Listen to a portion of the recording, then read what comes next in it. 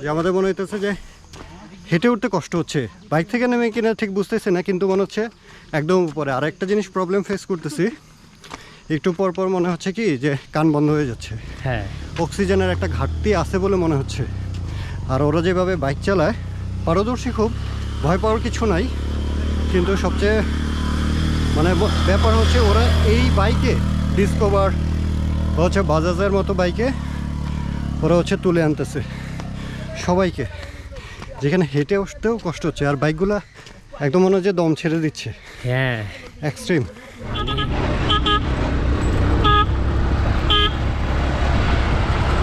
আছে যা একজন যা।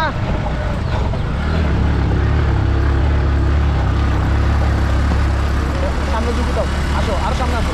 হ্যাঁ ভাই, আপনার সামনে আসো, শরীরটা বডিতে সামনে রাখবেন।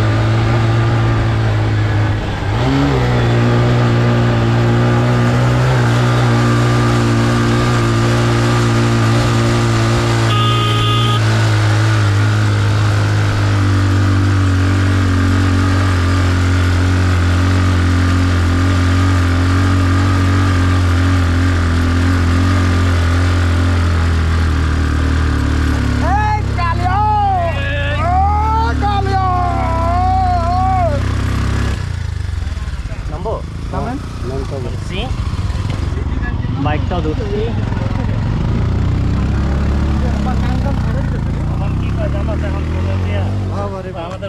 বিচ্ছিরি অবস্থা, মানে বাইক এমনভাবে চালায়। তো আমরা কিন্তু এমন একটা অবস্থায় এসে দাঁড়াইছি যে এখানে আর বাইকটা পারে নাই, তো আমাদেরকে নামায় দিতে বাধ্য হয়েছে।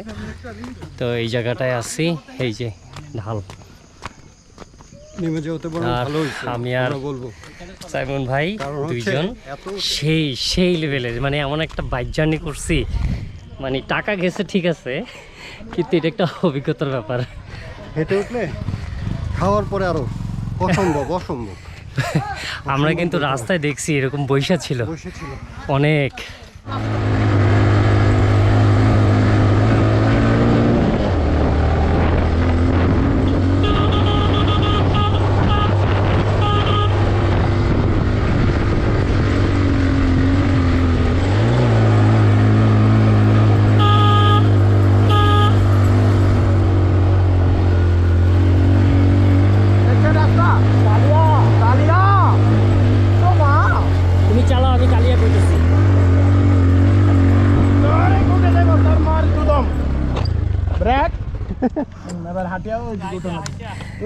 আর কিন্তু পারলো না, এই পর্যন্ত পারছে, কারণ আমাদের এই যে কালিয়া তাকাও। হ্যাঁ কালিয়া কও কালিয়া কও কালিয়া।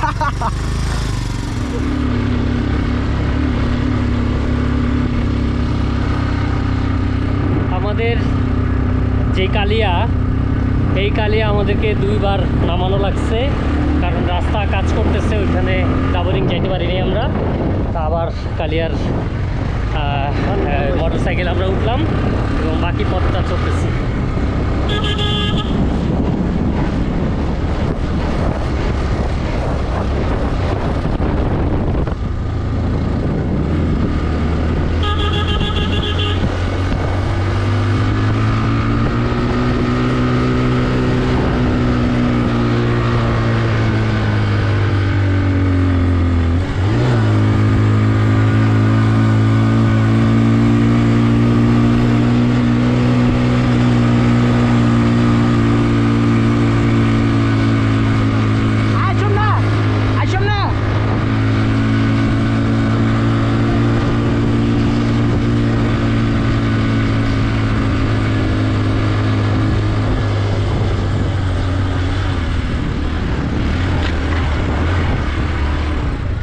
পৌঁছে গেছি কালিয়া। কালিয়া কও কও কও কও কও কও বলো। কালিয়া পৌঁছে গেছি আমরা।